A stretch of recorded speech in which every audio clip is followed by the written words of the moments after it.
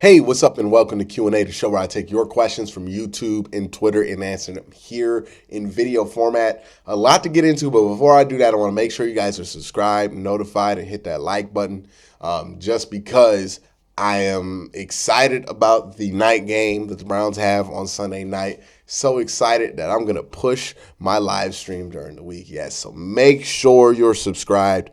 Make sure you're notified. So then when I go live during the Browns and Ravens game, you can check it out. Come watch that game with me. Hopefully it's fun.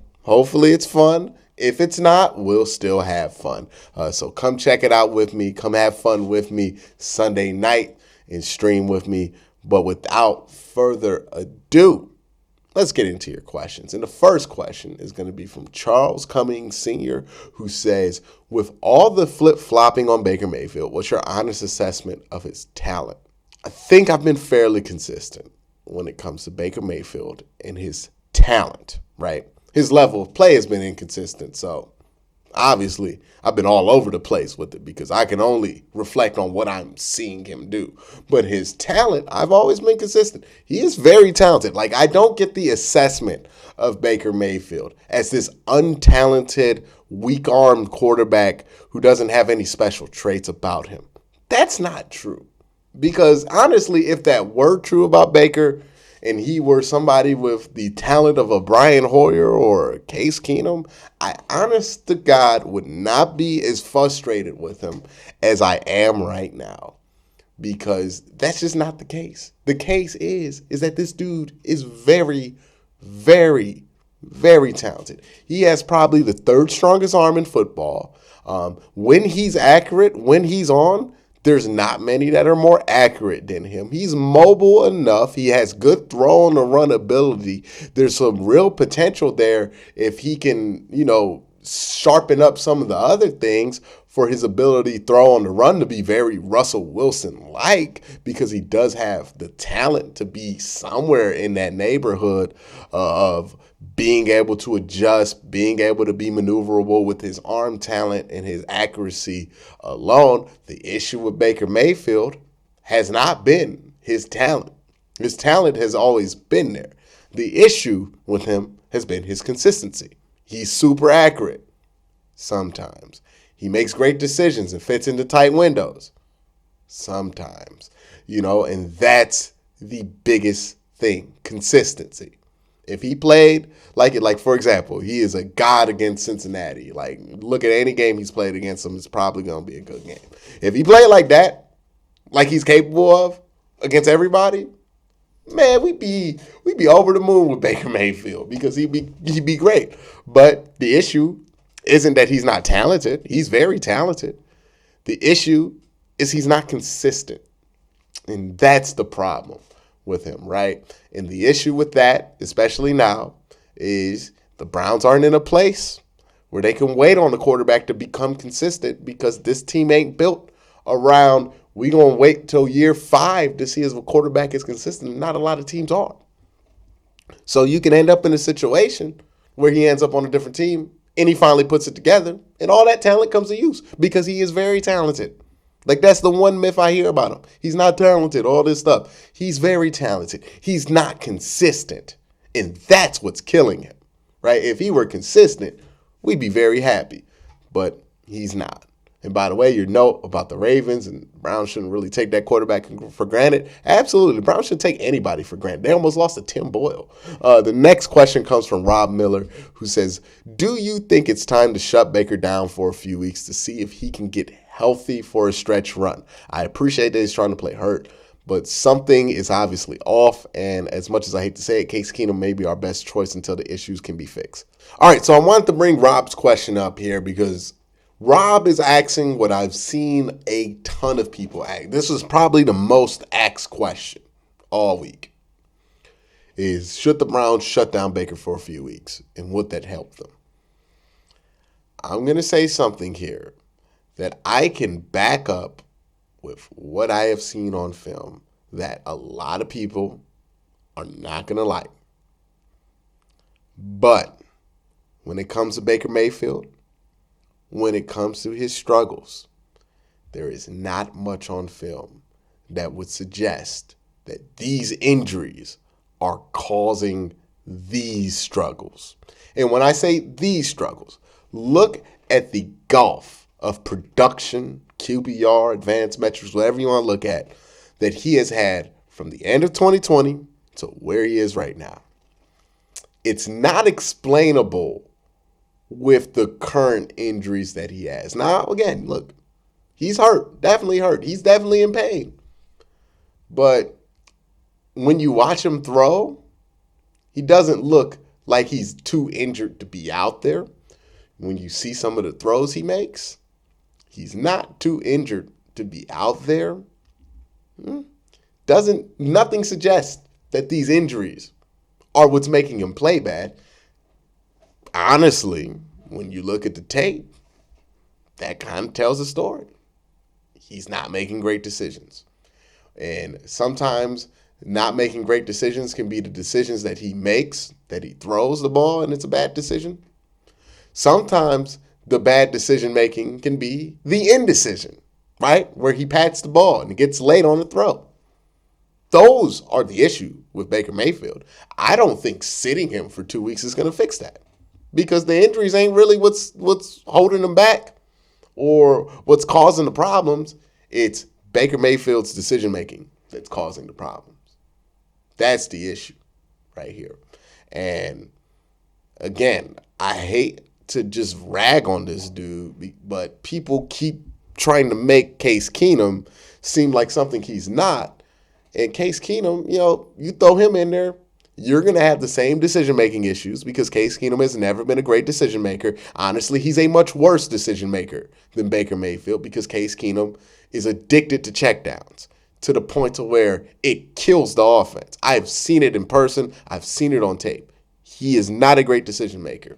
And he can't throw the ball further.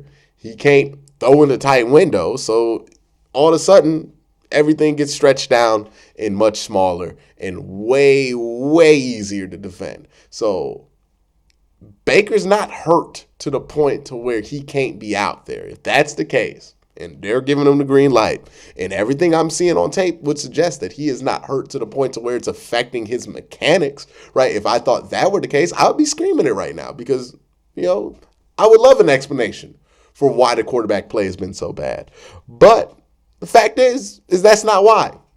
It's the decision making. And that can change this week, and he can start playing better. But that's the issue. It's the decision making. So I don't really think sitting Baker Mayfield for 2 weeks is going to change a single damn thing, but waste everybody's time and make this team worse for a couple of weeks. So he better get out there and he better play better. That's just what it is with him. The next question comes from Andy, who says, how much of an impact do you think Kareem and Conklin will have on this game? Do you think they could be difference makers on this team and maybe the spark plug that ignite the offense? They're definitely going to help, right? Because the area where they'll definitely help is the run game, and that's really the only lifeline this team has offensively. So any help you can get offensively, you will desperately take, because it's been awful. It's been miserable on the offensive side. As far as Conklin goes, it'd be nice to have his blocking ability back. It'd be nice to have more time on these dropbacks. Again, I don't think, maybe at the beginning of the season, the offensive line issues were definitely a big part of the issue. But with the passing game, I don't think it's the case now. Even though what's his name, Blake Hance, be getting cooked out there at times, it's not to the point to where it makes you incapable of throwing the football. That's just not the case there. Now, Kareem, he can help in the passing game. He can most certainly help in the passing game. He's been a factor in the passing game for a while. So maybe him coming back will do something to help this offense move along more freshly, but we'll see. Next question comes from Aaron Matthews, who says, after the Lions game and everything that happened, should Baker continue to play like this, or should we play Keenum? If we play Keenum, can we win? No, you cannot win with Case Keenum. I'm sorry. We're not at the point of the season where Case Keenum can carry you. We're just not. You need a quarterback that is going to be able to make plays to beat the Baltimore Ravens, to beat the Pittsburgh Steelers, to beat the Cincinnati Bengals, to beat the Raiders. You're going to need a quarterback who is capable of making plays. And the fact of the matter with Case Keenum, and the reason Case Keenum is Case Keenum, and this is no shade to Case Keenum, this is who he is, this is who we know he is.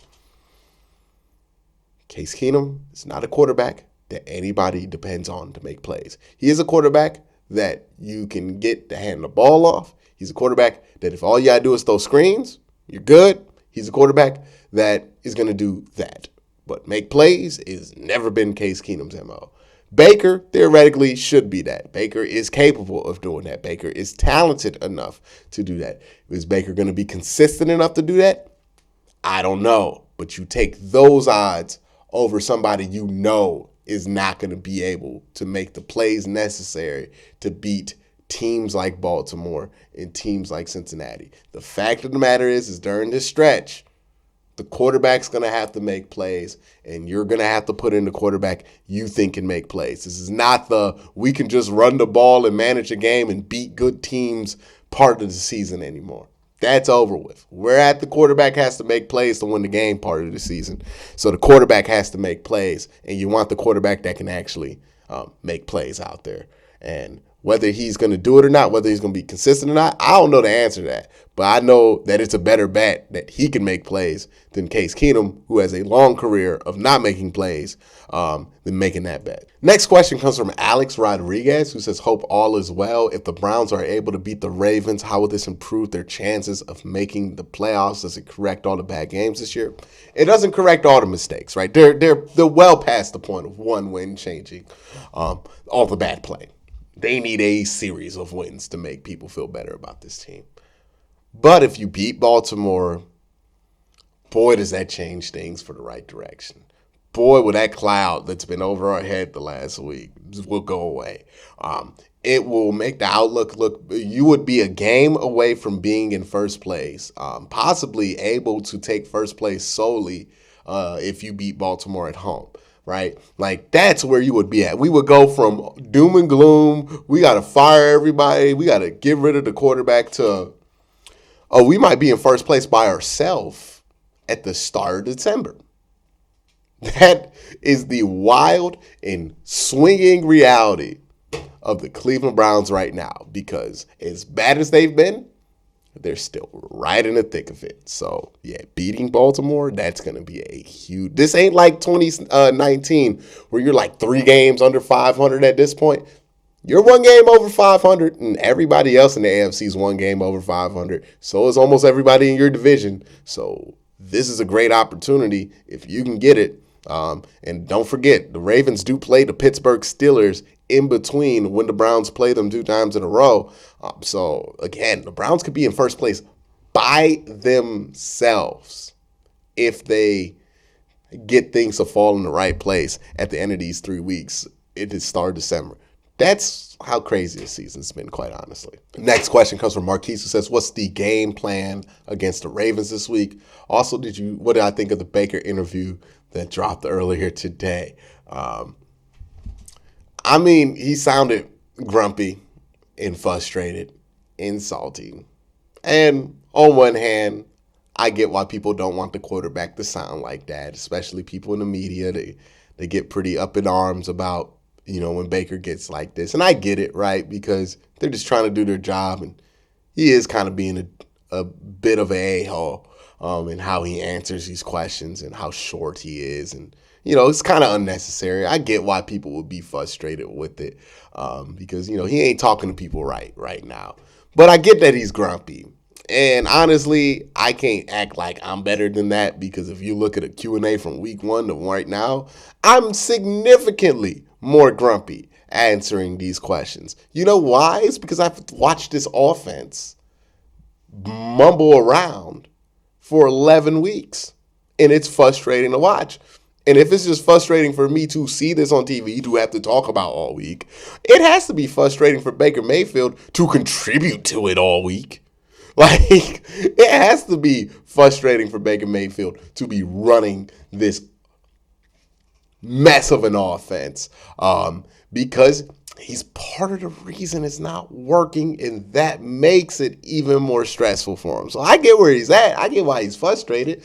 You know what I mean? So that's just kind of what it is. If he plays better, nobody's going to care that he was a little grumpy to start this week. But that's up to Baker, right? You know, I'm not going to get too up in arms about it, but it is what it is, man. The man is grumpy, and he should be, because, you know, watching this offense makes me grumpy. That's it for this week's Q&A. Again, guys, thank you guys for asking these questions. Please have a great day. Have a good night.